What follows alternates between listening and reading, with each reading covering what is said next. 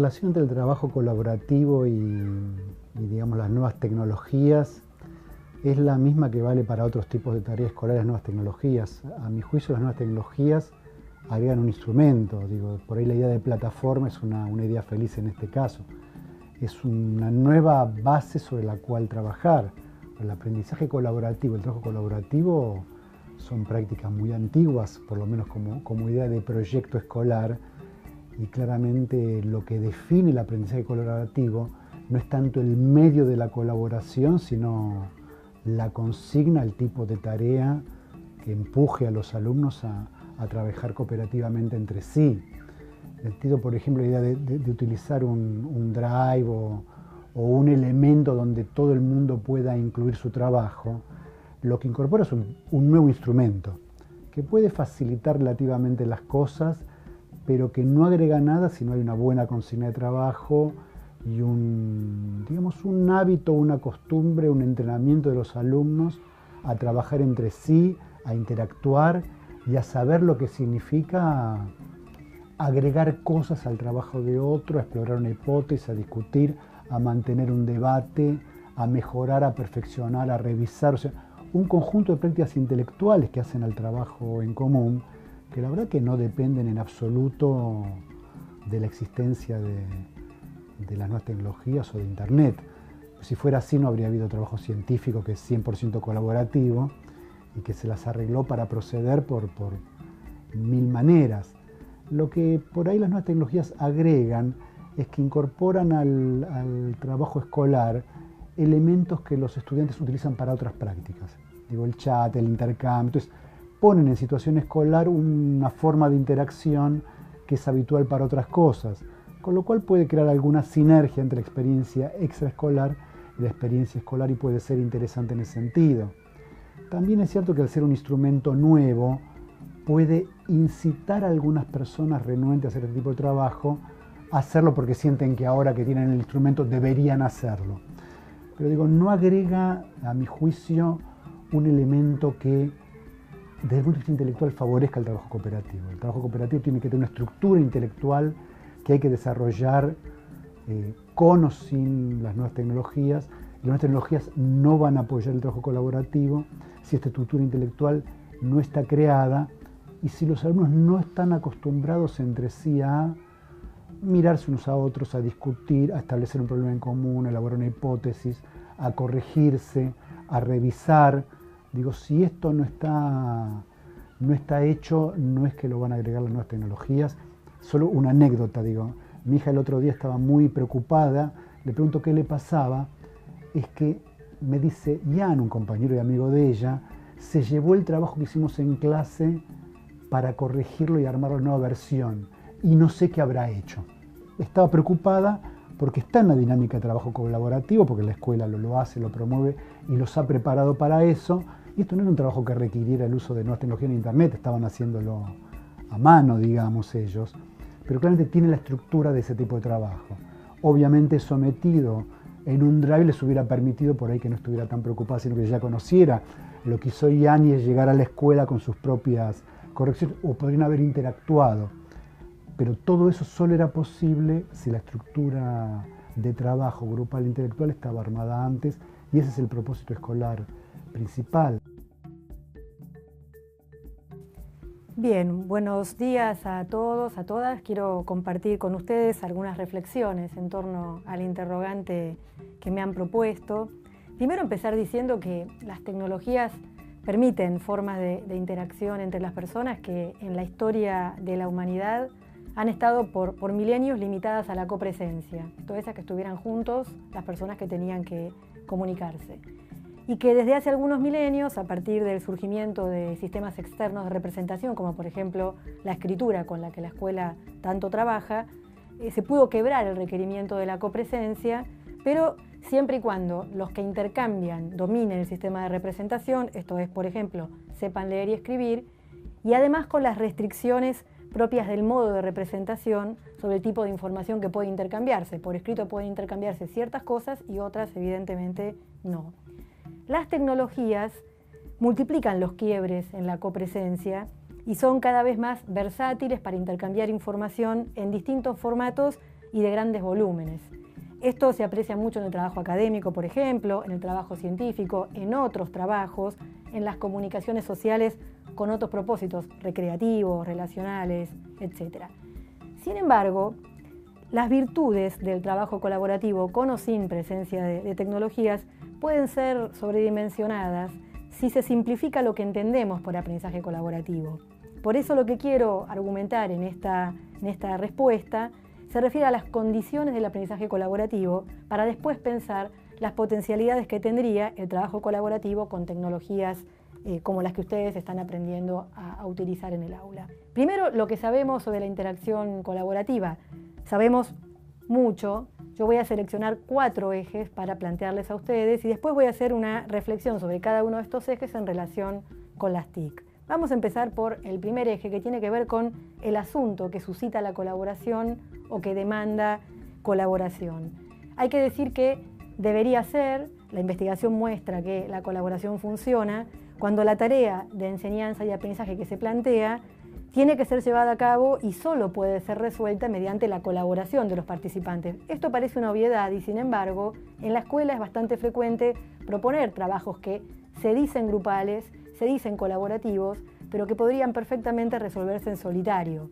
No es lo mismo pedirle a los alumnos que lean un texto y discutan respuestas que pedirles que confronten procedimientos matemáticos o que elaboren en forma conjunta la solución de un problema científico. Son tareas de muy distinto grado de complejidad, pero además son tareas que requieren en distinto grado la colaboración entre los sujetos. Entonces, el primer punto es que el resultado del trabajo sea un trabajo que solo puede ser conseguido en la medida en que se colabora con otros. Este es un primer punto.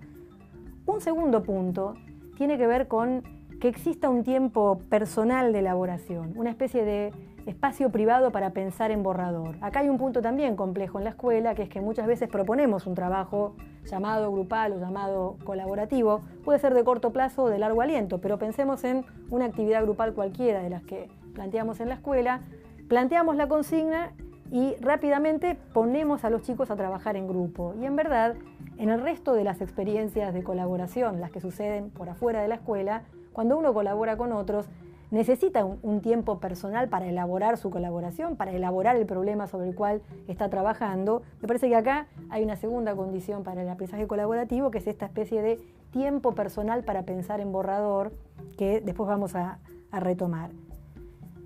El tercer punto sobre la interacción colaborativa que quiero destacar, y este es especialmente importante, tiene que ver con el tipo de conversación que se suscita cuando 2 personas o un grupo pequeño trabajan, digamos, intentando colaborar en la resolución de un problema o de una actividad.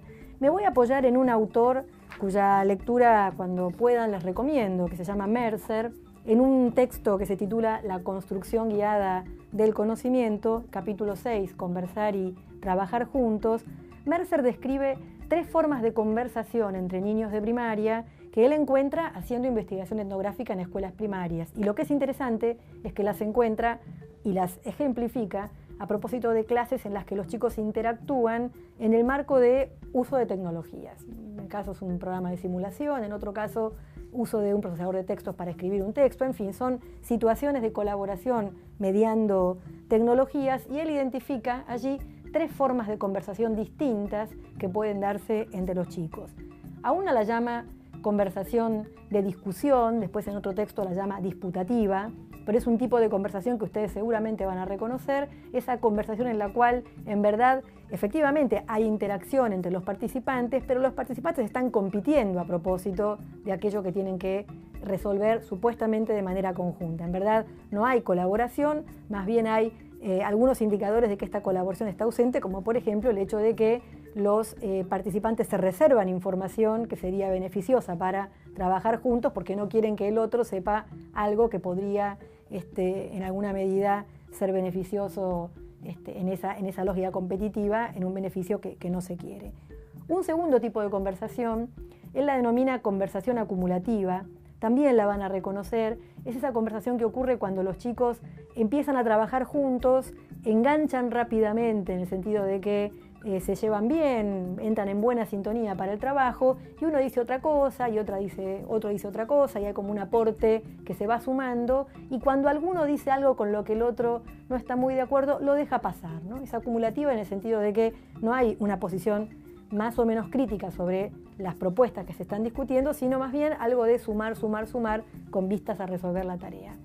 Y un último tipo de conversación, que la llama conversación exploratoria, no sé si es la mejor denominación, pero en todo caso lo que él quiere reflejar con la idea de exploración es que en esa conversación los chicos buscan alternativas de solución a un problema, ofrecen argumentos en relación con esas alternativas y debido a ello el tipo de colaboración que se produce da lugar no a la disputa que vimos en el primer tipo de conversación, tampoco a la mera acumulación de una idea y otra idea, sino al contraste de ideas y a la decisión conjunta acerca de alguna que parece superadora en algún sentido que el grupo le atribuye a la idea que se está analizando. Evidentemente, por lo que yo estoy planteando y en la perspectiva de Mercer, la colaboración tiene más que ver con la conversación exploratoria, y es interesante saber que la conversación exploratoria tiene algunos indicadores lingüísticos que uno puede aprender a escuchar en el aula. Por ejemplo, una conversación de discusión o de disputa es una conversación en la cual se escuchan frecuentes refutaciones, las frases son cortas porque no hay argumentación, hay silencios, hay preguntas que no se responden. Eso es bien de la estructura de conversación que Mercer llama de discusión.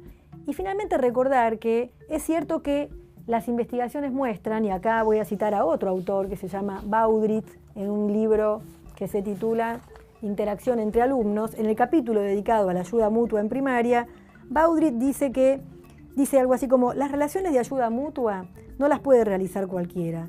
Serían más utilizadas por alumnos que a priori no tienen verdaderas dificultades para el aprendizaje. La paradoja es patente. Las redes de intercambio parecen mantenidas, utilizadas y aprovechadas por los escolares que tendrían menos necesidad de ellas. ¿Qué quiere decir Baudrit con esto? Que quienes están en mayor posición de dominio respecto del aprendizaje tienen mayores posibilidades de aprovechar las situaciones de colaboración con otros, y en cambio quienes se encuentran en una posición de mayor dificultad respecto de la apropiación del conocimiento y por tanto de cierta asimetría para la colaboración, podrían ver inhibida la participación en un grupo si no se interviene, para que pueda haber una participación simétrica entre pares que no son pares. Una cosa es que los chicos tengan la misma edad y otra cosa es que estén en el mismo punto respecto de la elaboración del conocimiento. Retomando estos 4 ejes, yo pensé algunas reflexiones a propósito de la colaboración con TICs y con esto quiero cerrar mi aporte a este interrogante. Vamos al punto del problema, ¿sí? Del problema que suscitaría la colaboración o la tarea propuesta. Decíamos hace un rato que tenemos un problema, que es que tenemos que encontrar desafíos, actividades, tareas que no estén dirigidas a cada uno tomado individualmente, sino que la resolución tenga que ser conseguida mediante la cooperación entre todos. Y lo que ocurre muchas veces en el uso de dispositivos de colaboración con tecnologías es que lo que hay es una sucesión de la participación y no necesariamente una construcción conjunta del resultado que se quiere lograr. Esto no tiene que ver únicamente con la tecnología, tiene que ver con el tipo de problema. Si el tipo de problema permite que las soluciones se sumen sin que los participantes debatan las formas de resolución, entonces lo más probable es que lo que permita la tecnología es iterar la participación, pero eso no significa que hay colaboración allí. Simplemente participa primero uno, después otro, y eso no es necesariamente un trabajo colaborativo. El segundo punto, ¿se acuerdan?, tenía que ver con el tiempo personal para pensar en borrador. Acá sí me parece que hay una fortaleza en el uso de las tecnologías, a diferencia de lo que pasa en el aula, que todo ocurre de manera presencial y en el momento en el que se plantea la tarea. Efectivamente, el trabajo con mediadores tecnológicos y sobre todo la posibilidad de elaboración personal parecería una fortaleza en estas condiciones. Por supuesto, para eso se requiere que sea una práctica instalada, ¿no? En el sentido de efectivamente marcar ese tiempo personal de preparación de algo antes de ir al espacio de colaboración. Pero es cierto que al romperse la copresencia, al ser posible que no siempre todo ocurra sincrónicamente, hay más tiempo para la elaboración personal que la que permite la sincronía de la clase. Respecto al tipo de conversación, que era el tercer punto de nuestro análisis hasta ahora, es cierto que lo que las tecnologías resuelven es un problema de comunicación entre quienes no comparten tiempo y espacio. O sea, ustedes van a ver algunos ejemplos de colaboración sincrónica en el uso de las tecnologías, pero también saben que es posible un trabajo donde no hay presencia sincrónica de quienes están haciendo una tarea que es una tarea común, ¿no? Pienso, por ejemplo, en lo que puede pasar en un intercambio vía Skype o en un chat, o inclusive con el uso del correo electrónico o hasta con algún escritorio compartido de trabajo, como pueden ser algunas aplicaciones bien conocidas, ¿no?